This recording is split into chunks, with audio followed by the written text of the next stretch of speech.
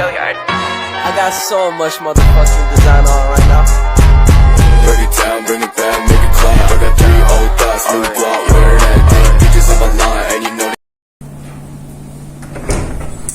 Assalamualaikum.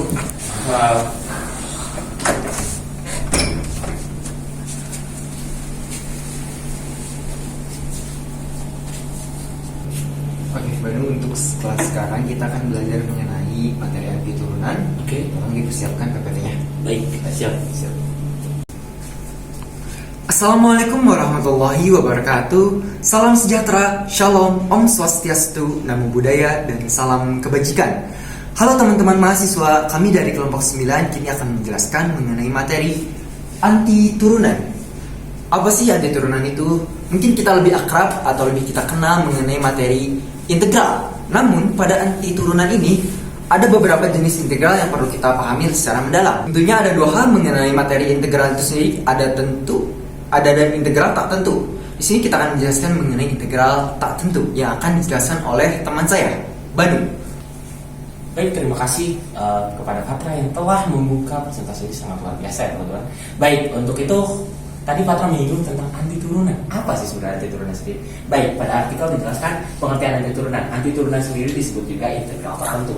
Jadi integral tak tentu itu adalah suatu fungsi di mana ini adalah bentuk umum dari anti turunan. Sedangkan anti turunannya sendiri adalah bentuk tunggal yang diperoleh dengan mengganti konstanta pada integral tak tentu dengan suatu bilangan real. Nah, kayaknya masih nggak ngerti gitu ya, apa sih artikel melalui artikel aja kita tuh masih nggak ngerti gitu apa sih anti turunan itu. Oke, kita lanjut ke ini, bahasa matematikanya. Bahasa matematikanya itu adalah fungsi disebut juga suatu anti turunan dari fx pada interval i bila f aksen x sama dengan f x di mana x merupakan bilangan real. Nah, di sini harusnya real kan teman-teman, karena ada kesalahan teknis, gak ada masalah. Oke, untuk lebih jelasnya nanti akan dijelaskan oleh kawan saya kembali, yaitu Fatra. Silakan Fatra. Terima kasih Kang Banu untuk penjelasan mengenai definisi anti turunan itu sendiri. Selanjutnya kita akan membahas lebih lanjut mengenai anti turunan. Pertama kita akan menjelaskan rumus umum daripada integral tak tentu itu sendiri, di mana integral x pangkat r dx sama dengan x pangkat r plus 1 per r plus 1 ditambah c. Nah, c inilah yang menyebabkan namanya integral tak tentu, di mana r itu tidak boleh sama dengan min 1. Kenapa tidak boleh sama dengan min 1? Karena kalau kita menambahkan min 1 itu akan menyebabkan bilangan penyebutnya menjadi 0, sehingga itu bisa disebut tak terdefinisi. Oke, untuk menjelaskan lebih lanjut mengenai integral tak tentu, kita akan gunakan latihan soal. Cari anti turunan umum fx di mana 4x pangkat 5 dikurangi x pangkat 3. Kita gunakan rumus mengenai anti turunan itu sendiri, di mana x pangkat r plus 1 per r plus 1 ditambah c. Oke, kita gunakan contoh soal. F dan x sama dengan 4x pangkat 5 min x pangkat 3. Kita gunakan rumus integral.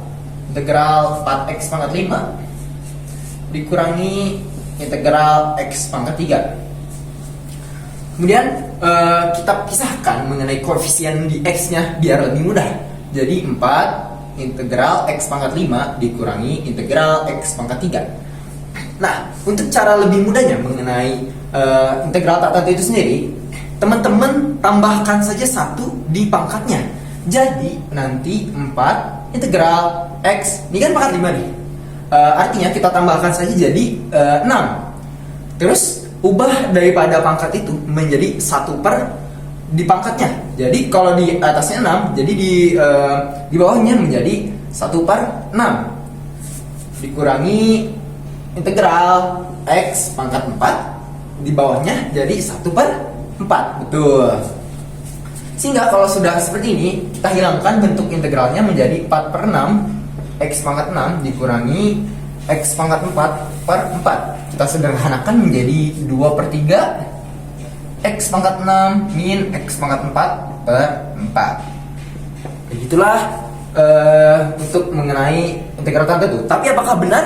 Tidak, karena kita lupa mengenai satu hal. Kenapa dinamakan integral tak tentu itu sendiri? Kita harus menambahkan plus c. Sehingga kalau kita menambahkan plus c, itu akan menyebabkan pendefinisian C itu sendiri menjadi berbeda.